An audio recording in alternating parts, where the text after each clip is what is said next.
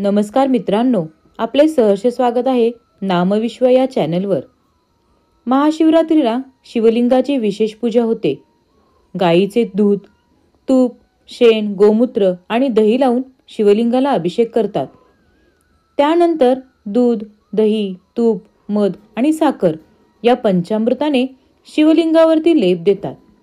त्यानंतर धोत्रा आणि बेलाचे पान तसेच पांढरी फुले वाहून पूजा करतात। महाशिवरात्रीच्या निमित्ताने भाविक उपवास करतात। काही भक्त दूध आणि फळे असा आहार घेतात।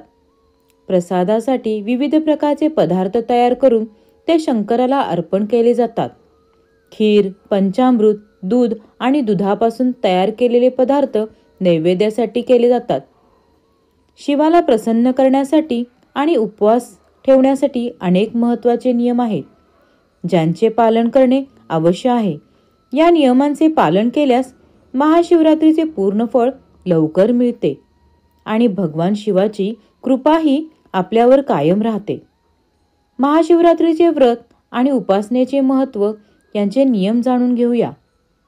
शिवाच्या पूजेत हळद कुंकू वापरत नाहीत, मात्र भस्म वापरतात। शिवपूजेत पांढऱ्या अक्षदा वापरतात। अक्षदा अखंड हव्यात। शिवाला तांदूळ, क्वचित गहू व पांढरी फुले वाहतात। तुळस किंवा दुर्वा वाहू नये। महाशिवरात्रीच्या पूजेसाठी बेलपत्र, धतुरा, फुले, अक्षदा, पांढरे चंदन, भस्म, गंगाजल, कापूर, गाईचे दूध, उसाचा रस, मध, पोळी, शमीची पाने, मंदिराची फुले इत्यादी पूजा साहित्यांची व्यवस्था करावी। माता पार्वतीसाठी सौंदर्य सामान ठेवा। महाशिवरात्रीचे व्रत आणि उपासना करणाऱ्यांसाठी पहिला नियम म्हणजे 1 दिवस आधी तामसिक अन्न, मद्यपान, धूम्रपान इत्यादी सेवन करू नये। महाशिवरात्रीला भगवान शंकराला नैवेद्य अर्पण करण्यासाठी थंड पदार्थ, मालपुआ, हलवा, लस्सी, मध इत्यादींची व्यवस्था करावी। महाशिवरात्रीच्या व्रताच्या दिवशी अन्न खाऊ नका, फळे खा। या दिवशी शिवाची पूजा करू शकता। महाशिवरात्रीच्या व्रताच्या संपूर्ण दिवसात झोपणे टाळावे। उपवासात झोपण्यास मनाई आहे। जेव्हा तुम्ही शिवलिंगाची प्रदक्षिणा कराल तेव्हा ती अर्धी प्रदक्षिणा करून परत या। शिवलिंगाची संपूर्ण प्रदक्षिणा निषिद्ध आहे। महाशिवरात्रीच्या पूजेमध्ये तुळस, हळद, शंख, नारळ, केवड्याचे फूल इत्यादींचा वापर करू नये। हे शिवपूजेत निषिद्ध मानले जातात। महाशिवरात्रीच्या उपवासात रात्री जागर करावा। याने व्रताचे अधिक पुण्य फळ मिळेल। शिवपुराणात महाशिवरात्रीच्या रात्री जागरण्याचे खूप महत्त्व सांगितले आहे। शिवपिंडीला थंड पाणी, दूध किंवा पंचामृत यांनी स्नान घाला, परंतु नारळाच्या पाण्याने अभिषेक करू नये। शिवपिंडीला पूर्ण प्रदक्षिणा न घालता अर्धचंद्राकृती प्रदक्षिणा घालतात। मित्रांनो, आता आपण पाहूया महाशिवरात्रीला करावयाचे काही तोडगे आणि उपाय। उपाय साधे आहेत म्हणून त्याचे महत्त्व कमी होत नाही। यामुळे शक्य असल्यास संशय न धरता हे करून पहा।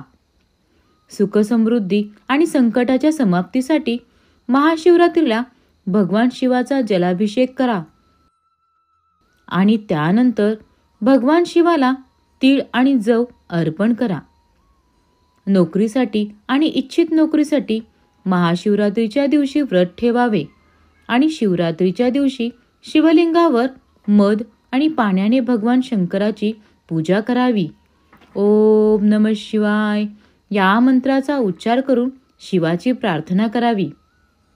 संतान प्राप्तीसाठी शिवरात्रीला पिठातून 11 शिवलिंगे 11 वेळा शुद्ध तुपाने बनवावीत आणि नंतर जलप्रवाहाने जलाभिषेक करून संतती प्राप्तीसाठी भगवान शंकराची प्रार्थना करावी। हा प्रयोग पती-पत्नीने मिळून केल्यास उत्तम। या उपायाने मूल होण्याची शक्यता निर्माण होते।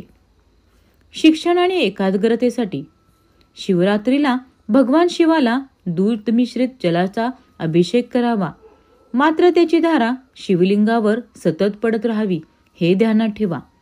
त्यावेळी ओम नमः शिवाय असे म्हणा आणि शिवलिंगाला 5 स्पर्श करा.